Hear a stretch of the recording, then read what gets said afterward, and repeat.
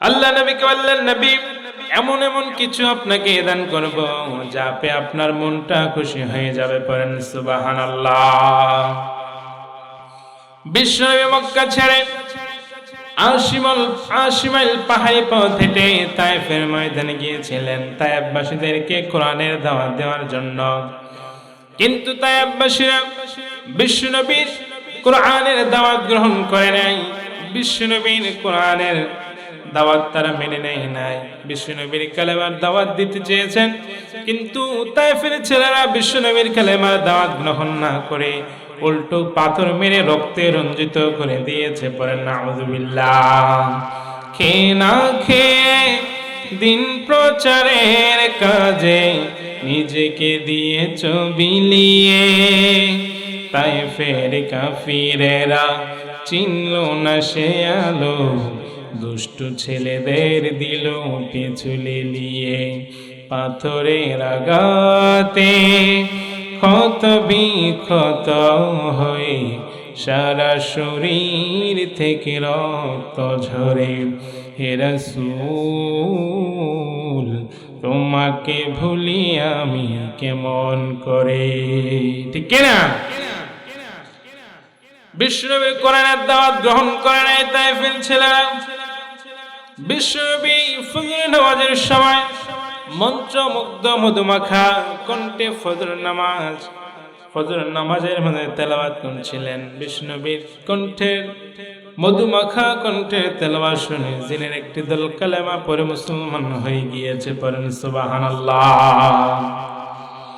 বিশ্বনবী ফজর নামাজ শেষে খেজুর গাছের নিচে বসে আছেন। রক্ত রঞ্জিত অবস্থায় ব্যথায় শরীরটা কাতর হয়ে গিয়েছে। আল্লাহ জিব্রাইল মারফত নবীর কাছে জিজ্ঞাসা করলেন, নবী আপনার মনটা কেন খারাপ, কেন আপনি হয়রান পেরেশান, কেন আপনি চিন্তিত গো নবী? বিষ্ণু বললেন, আল্লাহ মক্কা থেকে ৮০ মাইল পাহাড়ি পথ হেঁটে তায়েফবাসীদেরকে কোরআনের দাওয়াত দিতে এসেছিলাম। কি ছিল আমার অপরাধ, কি ছিল আমার অন্যায়? আমি তো তাদেরকে জাহান্নামের আগুন থেকে বাঁচানোর জন্য এসেছি, কিন্তু তায়েফবাসীরা আমার কোরআনের দাওয়াত গ্রহণ করে নাই, আমার কালেমার দাওয়াত গ্রহণ করে নাই, উল্টো আমাকে পাথর মেরে রক্তে রঞ্জিত করে দিয়েছে। আল্লাহ বলেন, নবী আপনি টেনশন করবেন না, আপনি হয়রান হবেন না, আপনি পেরেশান হবেন না। আপনি দেখেন নাই, আমি আল্লাহ দেখেছি। আপনি শোনেন নাই, আমি আল্লাহ শুনেছি। আপনি যখন মন্ত্রমুগ্ধ মধুমাখা কণ্ঠে যখন ফজরের নামাজে তেলাওয়াত করছিলেন, আপনার সুন্দর মন্ত্রমুগ্ধ মধুমাখা কণ্ঠের তেলাওয়াত শুনে জিনের একটি দল কালেমা পড়ে মুসলমান হয়ে গিয়েছে। পড়ুন সুবহানাল্লাহ। ইন্না সামি'না কুরআনান আজাবা ইয়াহদি ইলার রুশদি ফামান্না বি। পড়ুন সুবহানাল্লাহ। আল্লাহ নবীকে বললেন, নবী আপনি যখন মন্ত্রমুগ্ধ কণ্ঠে ফজরের নামাজের মধ্যে যখন তেলাওয়াত করছিলেন, আপনার কণ্ঠের তেলাওয়াত শুনে জিনের একটি দল কালেমা পড়ে মুসলমান হয়ে যায়। ওই যে বিশ্বনবীর পাথরের আঘাত খেয়ে রক্তে রঞ্জিত হয়ে মনটা খারাপ ছিল, জিনের একটি দলকে মুসলমান বানানোর মাধ্যমে বিশ্বনবীর মনটাকেও ভালো করে দিয়েছেন কে? ওয়ালাসাউফা ইউতিকা রাব্বুকা ফাতারদা। নবী হে, যেখানে আপনার মন খারাপ হবে সেখানে আমি আল্লাহ নিজ দায়িত্বে আপনার মনটা ভালো করে দেব। পড়েন সুবহানাল্লাহ। আবার বিশ্বনবী বদরের প্রান্তরে ৩১৩ জন সাহাবা, অপর দিকে ১০০০ কাফের, তাদের কাছে ঘোড়া ছিল, সৈন্য সামন্ত ছিল, অস্ত্র শস্ত্র ছিল তাদের কাছে, কিন্তু বিশ্বনবী আর তার সাহাবাদের কাছে কিছু ছিল না। ৩১৩ জন সাহাবা, অপর দিকে ১০০০ কাফের, তাদের কাছে অস্ত্র রয়েছে, উট রয়েছে, ঘোড়া রয়েছে, কিন্তু বিশ্বনবীর কাছে উট নাই, ঘোড়া নাই, তলোয়ার নাই, অস্ত্র নাই, কিছু নাই। আল্লাহ বলেন, নবী গো টেনশন করার কিছু নাই, আমি আল্লাহ আপনার সঙ্গে রয়েছি। পড়েন সুবহানাল্লাহ। আল্লাহ বলেন, নবী বদরের প্রান্ত থেকে এক মুষ্টি ধূলিকণা নেন। বিশ্ব নবী আল্লাহর উপর ভরসা করে এক মুষ্টি ধূলিকণা নিয়ে ওয়াসাহাতিল উযু বলে কাফেরদের চোখগুলো ধ্বংস হোক বলে কাফেরদের চোখের দিকে নিক্ষেপ করলেন।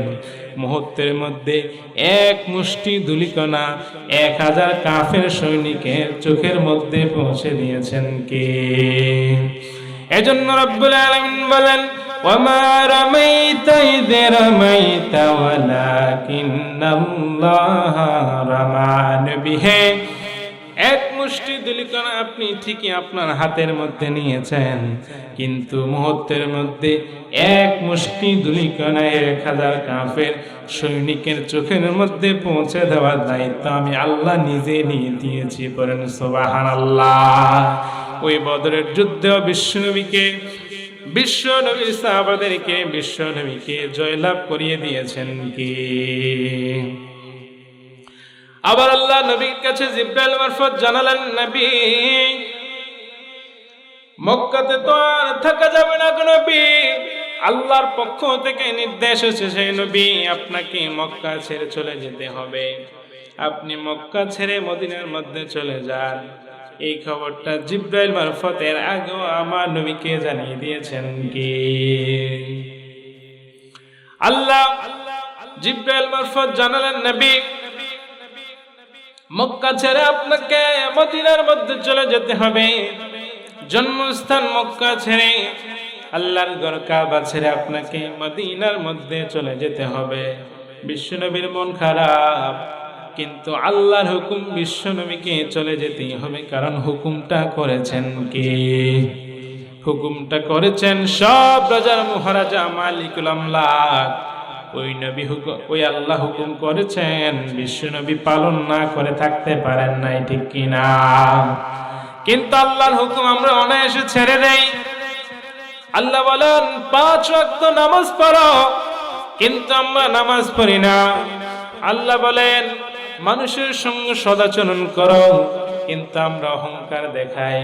আল্লাহ বলেন সুন্দর হালাল ভাবে চলো, হালাল খাও, হালাল পন্থায় চলো, কিন্তু আমরা সুদ ঘুষের মধ্যে লেনদেন আছে না নাই? আরো জোরে বলেন আছে না নাই? খুব ঠান্ডা লাগতেছে মনে হয় না? খুব ঠান্ডা লাগতেছে।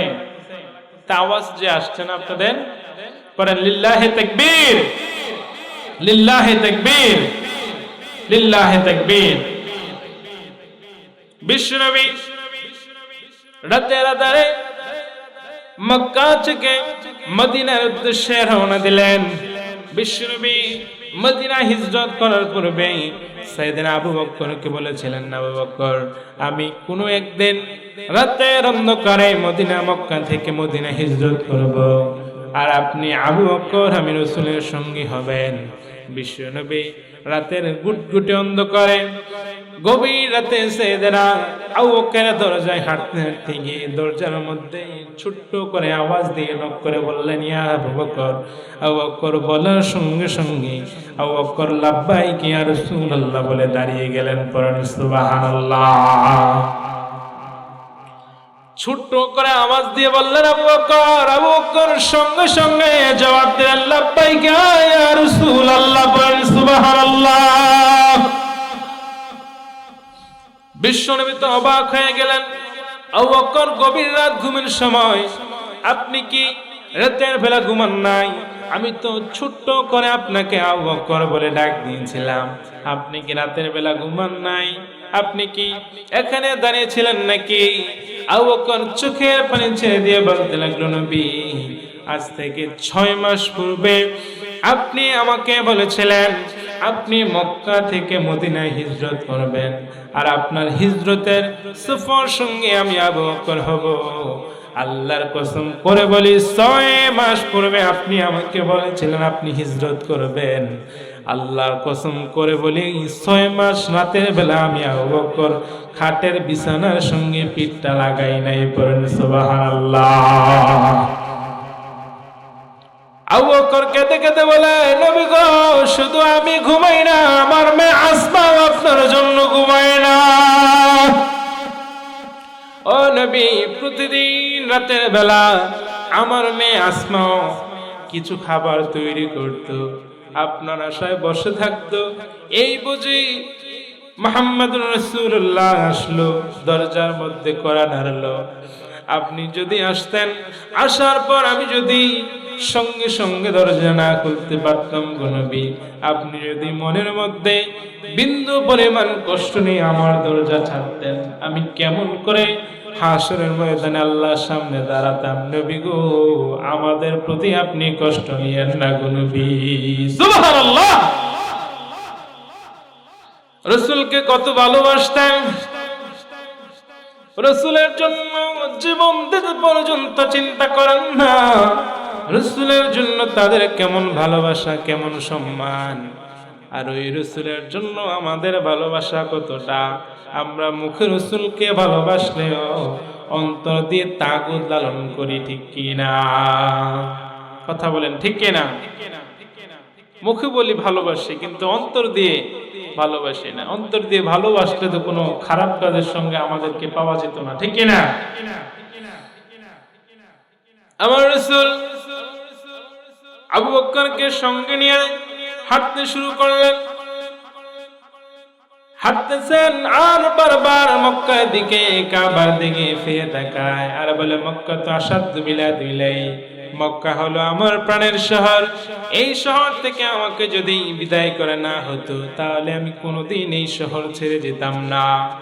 কাবার দিকে কেঁদে কেঁদে বলেন, প্রাণের কাবা, খুব শখ ছিল, খুব আশা ছিল কাবার কাছে থেকে থেকে কাবার খেদমত করব, কিন্তু কাবার কাছে থাকতে দিল না কাবার আশেপাশের লোকেরা।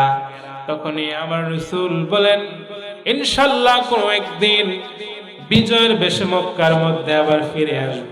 এই দোয়াটা কবুল করে নিয়েছেন কি? বিশ্বনবী মন খারাপ অবস্থায় মক্কা ছেড়ে মদিনার দিকে রওনা করলেন। মনটা ভীষণ খারাপ। মন খারাপ অবস্থায় যখন বিশ্বনবী মদিনার সানিয়াতুল ওয়াদা নামে একটা জায়গার মধ্যে গেলেন, গিয়ে দেখলেন মদিনার লক্ষ লক্ষ আবাল বৃদ্ধ বনিতারা বিশ্বনবীকে ওয়েলকামিং রিসিপশন দেওয়ার জন্য সারিবদ্ধ হয়ে মদিনার মধ্যে দাঁড়িয়ে রয়েছে। পড়েন সুবহানাল্লাহ। তারা সকলে একত্রে একই কণ্ঠে বলতে শুরু করে দিল, তালাল বাদরু আলাইনা মিন সানিয়াতিল ওয়াদা ওয়াজাবা শুকরু আলাইনা মা দাআ লিল্লাহি দা আইয়ুহাল মাবউসু ফিনা جئت بالأمر المطاع جئت شرفت المدينة مرحبا يا خير ذا سبحان الله। এই যে বিশ্বনবী মক্কা ছেড়ে ভারাক্রান্ত হৃদয়টা নিয়ে যখন মদিনার মধ্যে গেলেন, মদিনার লক্ষ লক্ষ মানুষকে একত্রিত করে বিশ্বনবী ভারাক্রান্ত ক্লান্ত মনটাকে আবার ভালো করে দিলেন কি? ওয়ালাসাউফা ইউতিকা রাব্বুকা ফাতারদা। নবী হে, যেখানে আপনার মন খারাপ হবে, যেই সময় আপনার মন খারাপ হবে গো নবী, ওই সময় আপনার মনটা ভালো করে দিবেন কি? আরো জোরে বলেন কি? এই জন্য ওই নবীর কথাগুলো মনে প্রাণে মানার প্রয়োজন আছে না নাই? আরো জোরে বলেন, আছে না নাই? আবার বিষ্ণু বলেন, আদ-দুনিয়া কুল্লুহা মাতা ওয়া খায়রুহা মাতা আমারাতুস সালিহা। সাহাবাদেরকে বলতে লাগলেন, সাহাবা, তোমাদের কাছে দুনিয়ার মধ্যে সবচেয়ে দামি জিনিস কি মনে হয়? সাহাবা কেউ বলল স্বর্ণের খনি দামি, কেউ বলল হীরার খনি দামি, কেউ বলল গ্যাসের খনি দামি, কেউ বলল তেলের খনি দামি। কিন্তু বিশ্বনবী বললেন, না, দুনিয়ার মধ্যে গ্যাসের খনি, তেলের খনি, হীরার খনির চেয়েও দামি সম্পদ রয়েছে। সাহাবা বলতে লাগলো, নবী ওই সম্পদটা আবার কি? বিশ্বনবী সুন্দরভাবে জবাব দিলেন, এই দুনিয়ার মধ্যে সবচেয়ে দামি খনির নাম হলো এক একটা মায়ের পেট। পড়েন সুবহানাল্লাহ। দুনিয়ার মধ্যে সবচেয়ে দামি সম্পদ হলো নারীরা। এই কথা কি আমি বললাম নাকি নবী বলেছে? কথা বলে না, কে বলেছে? নবী বলেছে। দামি, সবচেয়ে দামি সম্পদ হচ্ছে মহিলারা, আমাদের মা বোনেরা। কথা কি বুঝাইতে পেরেছি? এই দামি সম্পদ আজকে রাস্তায় রাস্তায় ঘুরে বেড়ায়। এই দামি সম্পদগুলো আজকে শপিং মহলের মধ্যে ছেড়ে দেয়। মানুষের ঘরের মধ্যে কেউ যদি একটা গরু কিনে, গরুটাকেও বেঁধে রাখে। কিন্তু আল্লাহ আপনার ঘরে এত বড় বড় সম্পদ দিয়েছে, এত শ্রেষ্ঠ সম্পদ দেওয়ার পরও আপনি ওই শ্রেষ্ঠ সম্পদ গুলাকে বাজারে বাজারে ঘুরান, ঠিক কিনা? কথা বলেন, ঠিক কিনা? একটা এক্সাম্পল দেয়, লজিক দেখেন। আপনার ঘরে যদি 10 ভরি ওজনের একটা নেকলেস থাকে, ওই নেকলেসটাকে কি আপনি ঘরের সামনে ঝুলিয়ে রাখবেন নাকি? একটু আওয়াজ করে উত্তর দেন। ঝুলিয়ে রাখবেন নাকি? কেন রাখবেন না? চুরি হয়ে যাবে। 10 ভরি স্বর্ণ, 22 ক্যারেট স্বর্ণের দাম 1,08,000 টাকা ভরি, ঠিক কিনা? আপনাদের দিকে কত টাকা? একই দাম না? 1,08,000। তাহলে 10 ভরি হইলে 10,80,000 টাকা। কথা কি ঠিক কিনা? এখন এটা কি এমন কোন পাগল আছে যে ঘরের সামনে ঝুলে রাখবে? ঝুলে রাখবে? ঝুলে রাখবে না। কেন? এটা স্বর্ণ, দামি জিনিস। কিন্তু আল্লাহ বলেন নারীরা তো এর চেয়ে বেশি দামি। এই সম্পদগুলোকে কিভাবে আপনি বাজারে বাজারে ঘোরান? লজ্জা আছে না নাই? কথা বলেন। আল্লাহ বলেন এই দামি সম্পদগুলোকে যদি ভালোভাবে কাজে লাগানো যায়, এই দামি সম্পদগুলোকে যদি ভালোভাবে ব্যবহার করা যায়, এই দামি সম্পদ থেকে বের হবে বড় বড় আব্দুল কাদের জিলানী, বড় বড় কোরআনে হাফেজ, বড় বড় মুফাসসির। আর এই সম্পদগুলোকে যদি হেফাজত না করে এই সম্পদ, এই নারীর পেট থেকে বের হবে বড় বড় টেন্ডার বাজার চাঁদাবাজ, ঠিক কিনা? এখন সিদ্ধান্ত আপনাকে নিতে হবে, আপনি কার সন্তানের বাবা হবেন? আপনি কি হাফিজ কোরআনের বাবা হবেন নাকি গুন্ডার বাবা হবেন? সিদ্ধান্ত নিতে হবে আপনাকে। কারণ ভালো সন্তানের জন্য ভালো মায়ের প্রয়োজন, আর ভালো মাকে হেফাজত করার দায়িত্ব প্রথমে বাবার, তারপরে হলো স্বামীর, ঠিক কিনা? স্বামী বিদেশ থাকে, মাসে মাসে টাকা পাঠায়, স্ত্রী বাজার করা লাগে, শপিং করা লাগে, মাসে 2-3-4 বার শপিং না করলে তো হয় না, ঠিক না? পাশের ঘরের ভাবি একটা নতুন শাড়ি কিনছে, আমি যদি এর থেকে দামি একটা না কিনে হবে? কথা বলেন, হবে কি? হবে না। সেজন্য তাদের মধ্যে সবচেয়ে বেশি প্রতিযোগিতা আছে নারীদের মধ্যে, ঠিক কিনা? ঈদ আসলে 3,000 টাকার ড্রেসটা 30,000 টাকা দিয়ে কিনে নারীরা, ঠিক কিনা? কথা বলেন, ঠিক কিনা? দোকানদার বলে, আফা আপনাকে দেখে কমে দিলাম, এই শাড়িটা 50,000-এর কমে বিক্রি করতাম না। ফার্ম আছে না নাই? গ্যাসের দোকানও এত ফার্ম নাই, তারা যতটুকু ফার্ম দেয়, ঠিক কিনা? এখন সিদ্ধান্ত নিতে হবে আপনি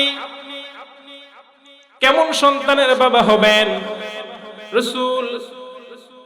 আল্লাহ রসুল সুন্দর ভাষায় বলেন, মুসনাদে আহমদ ইবনে হাম্বলে 22,950 নম্বর হাদিসের মধ্যে আল্লাহ রসুল বলেন, কোন একটা হাফেজ কোরআনের কত সম্মান, তার মা বাবার কত সম্মান।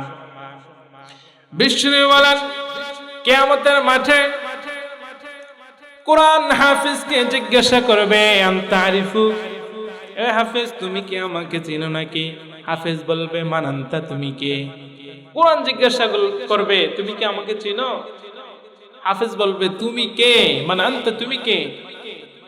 তখন কোরআন বলবে, আনা সাহিবুকুমুল কোরআন, আমি সেই কোরআন যাকে তুমি দুনিয়ার মধ্যে মুখস্থ করেছিলা, যার জন্য তুমি দিনের বেলা খাও নাই, রোজা ছিলা, যার জন্য তুমি রাতের বেলা ঘুমাও নাই, তারাবির নামাজ আদায় করলা, তারাবির নামাজও আমাকে তেলাওয়াত করলা, ফজরের নামাজের পর আমাকে তেলাওয়াত করলা, জোহরের পর আমাকে তেলাওয়াত করলা, 24টা ঘন্টা তুমি আমাকে আগলে রেখেছো। আজকে আমাতে আল্লাহর মেহেরবানিতে আমি কোরআন তোমাকে আগলে রাখবো, করেন সুবহানাল্লাহ। ডান হাতের মধ্যে জান্নাতের সার্টিফিকেট দিয়ে দেওয়া হবে হাফেজ কোরআনের, বাম হাতের মধ্যে জান্নাতে চিরস্থায়ী ভাবে থাকার certificate, guarantee card, warranty card Allah দিয়ে দিবেন। মাথার মধ্যে স্বর্ণের সুন্দর একটা উঁচু মুকুট পরিয়ে দিবেন হাফেজ কোরআনের। সাহাবা বললেন, নবী গো শুধু কি তাই নাকি? নবী বললেন, শুধু তাই না, ওই হাফেজ কোরআনের মা বাবার মাথার মধ্যে বিশাল বড় বড় মুকুট পরিয়ে দেওয়া হবে, পড়েন সুবহানাল্লাহ। হাফেজ কোরআনের মা বাবা বললেন, আমরা তো দুনিয়া এমন কোন আমল করি নাই, দুনিয়ার মধ্যে এমন কোন আমরা ভালো কাজ করি নাই যার কারণে আল্লাহ আমাদেরকে এত সম্মান দিচ্ছেন। তখন আল্লাহ বলবেন, দুনিয়ার জমিনে তোমরা যতই ভালো কাজ করো না না করো, তোমাদের সন্তানকে কোরআনের হাফেজ বানিয়েছো, সেই সম্মানে আমি আল্লাহ তোমাদের মাথার মধ্যে সম্মানিত মুকুট পরিয়ে জান্নাত দিয়ে দিলাম, পড়েন সুবহানাল্লাহ। নাকি বলছে এখানে প্রধানমন্ত্রীর মা বাবাকে মুকুট পরিয়ে দেওয়া হবে? আল্লাহ বলে নাই, কোটিপতি হইলে তার মা বাবার মাথার মধ্যে মুকুট পরিয়ে দেওয়া হবে, তার হাতে জান্নাতের সার্টিফিকেট দেওয়া হবে। আল্লাহ বলে নাই, পৃথিবীর বিশ্ববিখ্যাত যদি সবচেয়ে বড় কোটিপতি হয়ে ধনী হয়ে তার হাতে আমলনামা দেওয়া হবে। কিন্তু আল্লাহ বলেন, যারা কোরআনে হাফেজ হবে তারা ডান হাতে জান্নাতের সার্টিফিকেট, তারা বাম হাতে জান্নাতে চিরস্থায়ী থাকার গ্যারান্টি কার্ড, আর তার মাথার মধ্যে বিশাল মুকুট পরিয়ে দিবেন কেউ। সে একা একা জান্নাতে যাবে না, তার সঙ্গে তার মা বাবাকেও জান্নাত দিবেন কে। কথা কি বুঝাইতে পারছি আপনাদেরকে? তার মানে হাফেজ কোরআনের দাম কম না বেশি? কথা বলেন, কম না বেশি? এজন্য হাফেজ বানাবেন, সন্তানদেরকে মাদ্রাসায় দিবেন। এক একটা মাদ্রাসা এক একটা সমাজের জন্য রহমত, ঠিক কিনা? যে এলাকায় একটা মাদ্রাসা থাকে সে এলাকার কবরবাসীদের আযাব ক্ষমা করে দেয় কে? কারণ মাদ্রাসার ছাত্ররা, আপনি রাত 3টার দিকে ঘুমান, ছোট ছোট বাচ্চারা ওযু করে তাহাজ্জুদের নামাজ আদায় করে কোরআন তেলাওয়াত করে, ঠিক কিনা? কথা ঠিক কিনা? আমি আপনি ঘুমাই, তারা কোরআন তেলাওয়াত করে। আল্লাহ এই ছোট্ট বাচ্চাদের দিকে তাকায়, এই এলাকার মধ্যে গজব নাজিল করতে পারে না, পারেন সুবহানাল্লাহ। এই হাফেজরা যদি না থাকতো, এই ছোট্ট ছোট্ট আমার কোরআনের হাফেজরা যদি না থাকতো, এই আমাদের জমিনে হকপন্থী আলেমগণ যদি না থাকতো, কবে এই দেশ ধ্বংস হয়ে যেত, ঠিক কিনা? আল্লাহ বোঝার তৌফিক দান করুক, সকলে পড়ে না আমিন। এজন্য মাদ্রাসার প্রতি খেয়াল রাখবেন। যদি সন্তান না থাকে, মাদ্রাসার সাথে সম্পর্ক রাখবেন, মাদ্রাসার যখন কি প্রয়োজন এগিয়ে আসবেন। আপনি যদি এগিয়ে আসেন, আপনার দেওয়ার তৌফিক নাই, আরেকজন দিবে, কিন্তু আপনার এগিয়ে আসাটাকে কবুল করে নেবেন কে? কোনদিন কখনো যত বিপদ আসুক না কেন মাদ্রাসার বিপক্ষে যাবেন না। এই মাদ্রাসা আছে বলেই দেশে রহমত আছে, ঠিক কিনা? মাদ্রাসা আছে বলেই মানুষ ইসলাম সম্পর্কে জানতে পারে। আল্লাহ বোঝার তৌফিক দান করুক, সকলে পড়ে না আমিন। তো রাসূল বলেন, দুনিয়ার মধ্যে শ্রেষ্ঠ সম্পদ হলো নারীরা। ওই নারীদেরকে যদি ভালো কাজ করায়, ওই নারীদেরকে যদি পর্দা করায়, ওই নারীদেরকে যদি ইসলামিক তাহাজ্জুদ তামাদ্দুন গুলো শেখায়, ওই নারীদের পেট থেকে বের হবে বড় বড় কোরআনে হাফেজ, বড় বড় মুফতি মুহাদ্দিস, বড় বড় আলেম, বড় বড় সুন্দর সুন্দর ব্যক্তি যারা দেশের জন্য সমাজের জন্য উন্নয়নমূলক কাজ করে। আর যদি ওই নারীদেরকে পর্দা না করান, ওই নারীদেরকে ইসলাম যদি না শেখান, ওই নারীদের পেট থেকে বের হবে বড় বড় টেন্ডারবাজ, ঠিক কিনা? এই জন্য the choice is yours, the decision is yours. আপনি আপনার ছেলে মেয়েকে, আপনি আপনার মেয়েকে, আপনি আপনার ঘরের মহিলাদেরকে কি পর্দা করাবেন নাকি বেপর্দায় ঘুরাবেন, সিদ্ধান্ত আপনার। আপনি বেপর্দা করলে সমাজের মানুষ মজা নেবে, ঠিক কিনা? আল্লাহ হেফাজত করুক, সকলে পড়ি আমিন।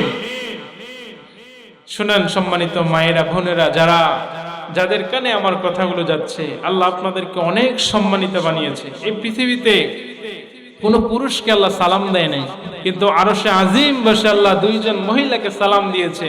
একটা হলো খাদিজাতুল কুবরা তাহেরা, আর দ্বিতীয় নম্বরের মহিলা হলো হযরত মরিয়ম আলাইহিস সালাম। পড়েন সুবহানাল্লাহ। তার মানে দাম কম না বেশি? কম না বেশি? নিজেদের দাম কমাবেন না। আল্লাহ আপনাদেরকে দুনিয়াতে সম্মান দিয়েছে, আখিরাতেও সম্মান দেবে। আল্লাহ আপনাদেরকে কবুল করুক, সকলে পড়ি আমিন।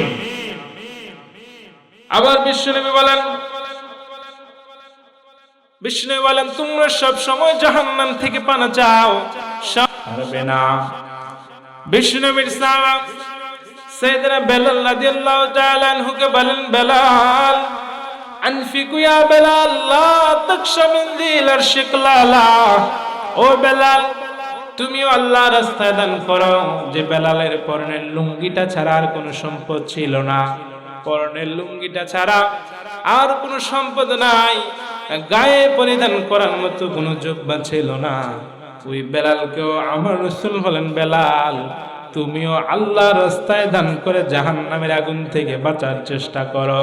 তোমার কাছে যদি একটা খেজুর পরিমাণ সম্পদ থাকে, ওই সম্পদটা দান করে তুমিও জাহান্নামের আগুন থেকে বাঁচার চেষ্টা করো। সুবহানাল্লাহ বলেন। পরনের লুঙ্গিটা ছাড়া আর কোনো সম্পদ নাই। এখানে কে আছেন? একটু জোরে কথা বলেন, সময় শেষ হয়ে যাচ্ছে, আর 10 থেকে 20 মিনিট কথা বলবো। কে আছেন যে পরনের লুঙ্গিটা ছাড়া আর কিছু নাই? সবার আছে? একটু জোরে বলেন, সবার আছে তো? টাঙ্গাইলের মানুষ কি চুপচাপ থাকে বেশি নাকি? চুপচাপ থাকেন আপনারা? সবার আছে, ঠিক কিনা? তাহলে ওই সম্পদ থেকে এই সম্পদগুলা দিয়েছে কে? নাকি নিজে অর্জন করছেন? আমরা চেষ্টা করতে পারি, আমরা বেশি জোর হলে কি করতে পারি? চেষ্টা করতে পারি। দেয় কে? মূসা আলাইহিস সালাম কারুনকে গিয়ে বলে, কারুন, আল্লাহ তো তোমাকে অনেক সম্পদ দিয়েছে, তুমি যাকাত দাও। কারুন বলতেছে, মূসা আল্লাহ দিয়েছে কখন? আমি তো এগুলো কষ্ট করে অর্জন করছি। নাউযুবিল্লাহ বলবেন না? আল্লাহ মূসাকে বললেন, মূসা তুমি দূরে সরে যাও। কারুনের সম্পদ সহ কারুনকে হাঁটু পর্যন্ত ডাবিয়ে দিল। কারুন বলে আমি বেঁচে যাব। কোমর পর্যন্ত ডাবিয়ে দিল। কারুন বললে বেঁচে যাব। যখন গলা পর্যন্ত ডেবে গেল, কারুন বলল, মূসা আমার যত সম্পদ আছে সব সম্পদ তোরে আর তোর খোদারে দিয়ে দিলাম, তারপরও আমারে বাঁচা। আল্লাহ বলেন, দ্যাট টাইম ইজ আপ, সময় শেষ। কারুনের কত সম্পদ ছিল জানেন নাকি? কারুন যে এত সম্পদের মালিক ছিল, কারুনের সম্পদগুলো যে গোডাউনে রাখতো, ওই গোডাউনের মধ্যে যে তালা লাগাইতো, ওই তালার চাবিগুলো যে চাবিগুলো রয়েছে, ওই চাবিগুলো বহন করার জন্য 70টা উট লাগতো। বলেন সুবহানাল্লাহ। কোন বর্ণনা এসেছে 100টা উট লাগতো। তালা বহন করার জন্য নয়, সম্পদ বহন করার জন্য নয়, ওই যে গোডাউনগুলোর মধ্যে সম্পদগুলো লুকিয়ে রেখেছে, ওই গোডাউনের তালার যে চাবিগুলো রয়েছে, ওই চাবিগুলো বহন করার জন্য 1টা 2টা নয় 70টা উট কারণের লাগতো। কিন্তু কারণ এত সম্পদ, আল্লাহ এত সম্পদ দেওয়ার পর কারণ যাকাত না দেওয়ার কারণে কারণের সম্পদ সহ কারণকে মাটির নিচে ডাবিয়ে দিয়েছেন কে? আমাদেরকে ডাবিয়ে দিতে পারেন কে? ওই সম্পদ থেকে আল্লাহর রাস্তায় কিছু দেওয়ার দরকার আছে না নাই? জাহান্নামের আগুন থেকে বাঁচার দরকার আছে না নাই? জাহান্নামের আগুন থেকে বাঁচার জন্য, আল্লাহর রহমত পাওয়ার জন্য আল্লাহকে সন্তুষ্টি খুশি করার জন্য, আল্লাহকে রাজি খুশি করার জন্য মনের মধ্যে এই চিন্তা নিয়ে যে আল্লাহ আমাকে অনেক সম্পদ দিয়েছে, আল্লাহ চাইলে আমাকে রাস্তার ভিক্ষুক বানাইতে পারতেন, কিন্তু না বানায় আল্লাহ আমাকে বাড়িওয়ালা বানাইলেন। সে আল্লাহর খুশির জন্য, সে আল্লাহর সন্তুষ্টির জন্য আজকে এই মাহফিলে মাদ্রাসার জন্য 10,000 টাকা দেব, এমন একজন ভাইকে দেখতে চাই। 10,000 টাকা দেবেন। মোহাম্মদ মাসুদ খানের সুমন্দি, মোহাম্মদ জাহিদ মল্লিক, বাড়ি মহিষাকুর, 10,000 টাকা দিছে, তার জন্য দোয়া করবেন। সে ইন্দোনেশিয়া থাকে। নাম কি? মাসুদ খানের সুমন্দি জাহিদ মল্লিক, 10,000 টাকা দিছে। উনি ইন্দোনেশিয়া থাকেন, ওনার জন্য দোয়া করবেন এবং ওনার বাবা মার জন্য। সকলে বলেন মারহাবা, আরো জোরে বলেন মারহাবা। মোহাম্মদ জাহিদ মল্লিক ভাই ইন্দোনেশিয়া থেকে এই মাদ্রাসা মাহফিলের জন্য দিয়েছেন 10,000 টাকা। পড়েন মারহাবা, আরো জোরে বলেন মারহাবা। আল্লাহ ভাইয়ের দানকে কবুল করুক, কামাই রুজির মধ্যে বরকত বাড়ায় দেয়। মা বাবার জন্য দোয়া চেয়েছে, আল্লাহ মা বাবাকে কবুল করুক। বেঁচে আছে মা বাবা? আল্লাহ মা বাবার হায়াতকে আরো বাড়িয়ে দেয়। মাশাআল্লাহ মাশাআল্লাহ, কত সুন্দর নেককার সন্তান জন্ম দিয়েছেন। পড়েন মারহাবা। এরকম সন্তান আল্লাহ ঘরে ঘরে দান করুক। সকলে বলেন আমিন। দান করার মধ্যে কত যে শান্তি, যারা দান করে তারা জানে। এই 10,000 টাকা অন্য কোনো ভাবে চলে যেতে পারতো, হসপিটালের বিল হয়ে যেতে পারতো, ঠিক না? পরিবারের কেউ অসুস্থ হয়ে গেছে, হসপিটালের বিলে চলে আসে 50,000 টাকা, এরকম আছে না নাই? ওইখানে দিতে ভালো লাগে না? আল্লাহ আমাদেরকে বোঝার তৌফিক দান করুক। সকলে বলেন আমিন। আর কে আছেন 10,000 টাকা দিবেন? 2 নম্বরে 5,000 টাকা কে দিবেন? আমরা খুব সংক্ষিপ্ত সময় মুনাজাত দিয়ে তাবারক নিয়ে বিদায় হয়ে যাবেন ইনশাআল্লাহ। ও বিশাল আকাশের মালিক, বিশাল জমিনের মালিক, বিশাল পাহাড়ের মালিক, লৌহ মাহফুজের মালিক, সিদরাতুল মুনতাহার মালিক, আরশ আজিমের মালিক, তোমার আরশের তুলনায় আমাদের হাত দুইটা ছোট্ট গো আল্লাহ। এই মজলিসের মধ্যে আল্লাহ যার হাতটা আপনার পছন্দ হয়, ওই হাতের উসিলায় আমাদের হাতগুলাকে কবুল আর মঞ্জুর করে নেন। আয় রব্বুল আলামিন, কনকনে ঠান্ডার মধ্যে আপনার বান্দা আপনাকে বলে নাই, কোরআন হাদিসের আলোচনা শোনার জন্য আপনার বান্দারা বান্দিরা বসে আছে। আল্লাহ গো, আপনার বান্দা বান্দিদেরকে আপনি কবুল আর মঞ্জুর করে নেন। আয় রব্বুল আলামিন, আমার কত ভাই বোনেরা আজকে মাহফিলে দান করলেন, জানি না কার মনের মধ্যে কি আশা, আল্লাহ আপনি তো সবার মনের আশা জানেন। প্রত্যেকের মনের আশাগুলোকে কবুল আর মঞ্জুর করে নেন। আয় রব্বুল আলামিন, এই মাদ্রাসাকে আল্লাহ কিয়ামত পর্যন্ত দায়েম ও কায়েম রেখে দিয়েন গো আল্লাহ। আল্লাহ গো, যারা এই মাদ্রাসা এবং মাহফিলের জন্য আল্লাহ শ্রম দিয়েছে, অর্থ দিয়েছে, পরামর্শ দিয়েছে, আল্লাহ যারা কেটে যাচ্ছে, আল্লাহ প্রত্যেককে আপনি কবুল আর মঞ্জুর করে নেন। আয় রব্বুল আলামিন, শিমুল ভাই, শরীফ ভাই, আল্লাহ সানোয়ার ভাই সহ নাম না জানা অনেক ভাই পরিশ্রম করছে। আল্লাহ দোয়া চেয়েছে, তাদের মনে নেক আশাগুলোকে কবুল আর মঞ্জুর করে নেন। আল্লাহ গো, এলাকার মধ্যে আপনার খাস রহমত বরকত নাজিল করে দেন। আল্লাহ গো, মা বোনদেরকে আবেদা জায়েদা হিসেবে কবুল আর মঞ্জুর করে নেন। আল্লাহ গো, একটা ছাত্র আব্দুল্লাহ মামুন কুরআনুল কারীমকে খতম করেছে, মুখস্থ করেছে, হিফজ শেষ করেছে। আল্লাহ ওই মামুনকে আপনি ইসলামের জন্য কবুল আর মঞ্জুর করে নেন। আল্লাহ যতগুলো ছাত্র রয়েছে প্রত্যেককে মামুনের মতো হিফজ শেষ করার তৌফিক দান করে দেন। আল্লাহ রাব্বুল আলামিন, এই মাদ্রাসার প্রতিষ্ঠাতা আল্লাহ, ওনার সঙ্গে কথা বললাম, আল্লাহ ভালো মনের মানুষ ওনার হায়াতের মধ্যে বরকত বাড়াইয়া দেন গো আল্লাহ। আল্লাহ গো মাহফিলে সভাপতি সহসভাপতি আমন্ত্রিত মেহমান বৃন্দ আল্লাহ নাম না জানা অনেকে সকলে এসেছে আল্লাহ প্রত্যেককে আপনি ইসলামের জন্য কবুল আর মঞ্জুর করে নেন। আল্লাহ গো জানি না কবে জানি এই হাতগুলো এইভাবে না ওঠে সোজা হয়ে কাফনের মধ্যে চলে যায় গো আল্লাহ। কনকনে শীতে ঠান্ডা সহ্য করতে পারি না, কেমন করে লক্ষ কোটি মাটি নিচে থাকবো গো আল্লাহ। আল্লাহ দয়া করে মৃত্যু হওয়ার আগে আমাদের জীবনের সমস্ত গুনাহগুলো মাফ করে দিও গো আল্লাহ।